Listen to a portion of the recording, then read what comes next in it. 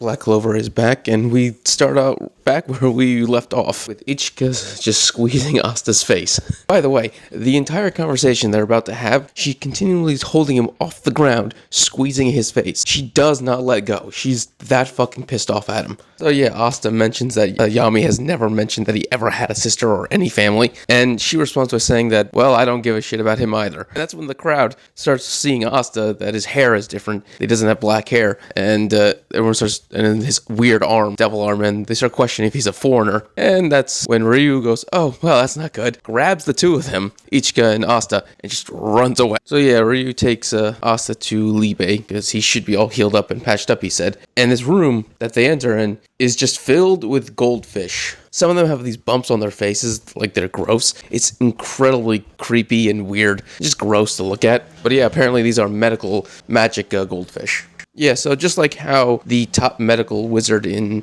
the Clover Kingdom uses jellyfish magic, this guy apparently uses goldfish sorcery. His name is Fumito? I think is how it's pronounced. Not really good with Japanese names. Yeah, so he's the guy who saved Asta's life and also been saving Liba's life. The thing is that Asta's human, so he could easily fix him up. But Libe is, well, a devil, so he didn't really understand his anatomy, and so it took longer for him to patch him up. And apparently the way his medical magic works is that his goldfish eat you, and then apparently the healing is done inside. I say that because one of the goldfish just spits Libe out of its mouth into Asta's hands. Even Asta's freaking out about it. So yeah, Asta's being able to express himself all loud, as always, saying that he missed Libe, and the fact that he was all alone in a foreign land was making him feel really lonely and such, and he was just happy to see him. And Libe, of course, is all embarrassed. He's like, me too. Like, of course he felt lonely without Asta.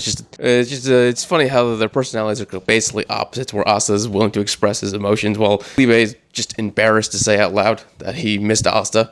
Libe also has a scar across his chest from, like Asta does. Devil Union works, they fuse their bodies completely together, so it makes sense any wound that Asta gets, Libe gets. So yeah, they now share scars from now on. So they sit down, eating a meal together. Asta's really liking it, he's enjoying himself.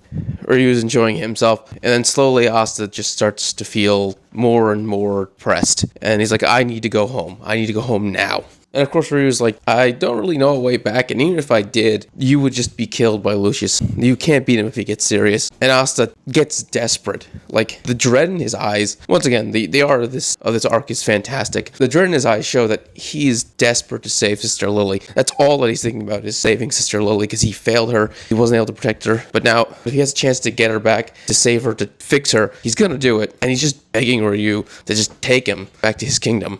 And Ryu is trying to calm him down. He says, still have time. You could still train. And Asta's basically like, I've trained my entire life. I've always trained. It's what I've always done, which is true. Like Asta, you don't get ripped like Asta if you don't train every day constantly. So yeah, he's just feeling like no matter what training he's ever done, it's all meant nothing at this point. He couldn't do the one thing that he's always wanted to do. It's protect everyone, like the Wizard King. So Ryu just slaps Asta across the face and basically starts tearing him down for disrespecting the kindness that was shown to him by Ryu. We finally understand why everyone's freaking about foreigners, because apparently there's a myth going around that they bring disaster. But more importantly to her is the fact that to Asta, Ryu may be just some guy, but to her and to everyone else in their country, he is their shogun. He's their leader. And so she's full on pissed off that Asta would ignore any advice of the man who just saved his life, and just go off and die anyway against a pointless fight that he can't win. And she basically threatens to kill Asta if he even tries to do something that's stupid again.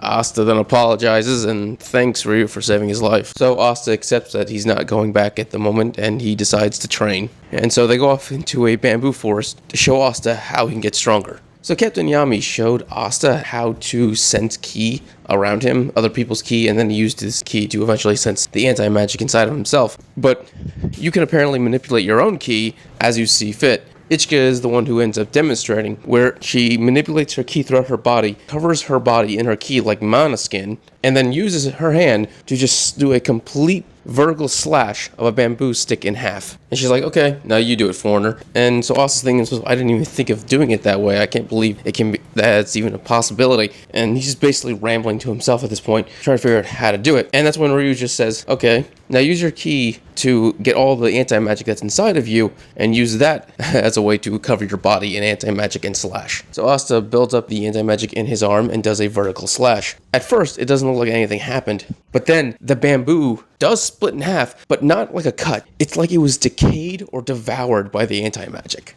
Like, this is insane, okay? Because what Asta does isn't just anti-magic, it's like it's anti-matter. He straight up can just destroy anything at this point with his anti-magic combined with ki. And this was a massive boost to Asta that he really needed. Now that he knows he has a chance to get stronger, to be able to protect everyone, to defeat Lucius, and to save Sister Lily, he is on the verge of tears of gratitude towards Ichika. This doesn't seem to have any effect on her, though, because she's still pissed off, glaring at him still. But yeah, Asta then immediately screams, like he always does, to ask her to help him train. I was kind of expecting this kind of power-up for Asta, because this is a very common thing that exists in most samurai or ninja, things like that. We have this ability of taking one's aura and using it as a weapon.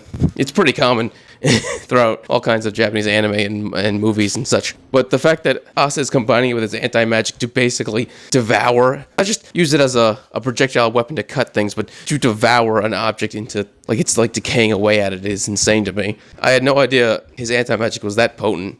Asta really is a monster. To be completely honest, the next chapter I'm really hoping we go back to the Clover Kingdom and seeing what they're doing, because an update on what's going on there is probably necessary at the moment, because if we totally, completely focus on Asta at the moment, then it's going to be really confusing when we pop over there and like 1,000 things have already happened and there's really no setup to why it happened. It just did in the background. So yeah, I hope there are chapters where we pop back and then come back for like 3 or 4 chapters and pop back and do that simple thing until finally the two stories collide. I think that would be best. But yeah, this was a solid chapter. Asta is, of course, still Asta. I'm glad about that. I mean, he really was wavering throughout this chapter, but no, Asta will always be Asta, and I'm glad about that. Okay, so if you enjoyed this chapter, please subscribe, give a thumbs up. So you enjoy more Black Clover and other anime thing. Thank you, and have a great day.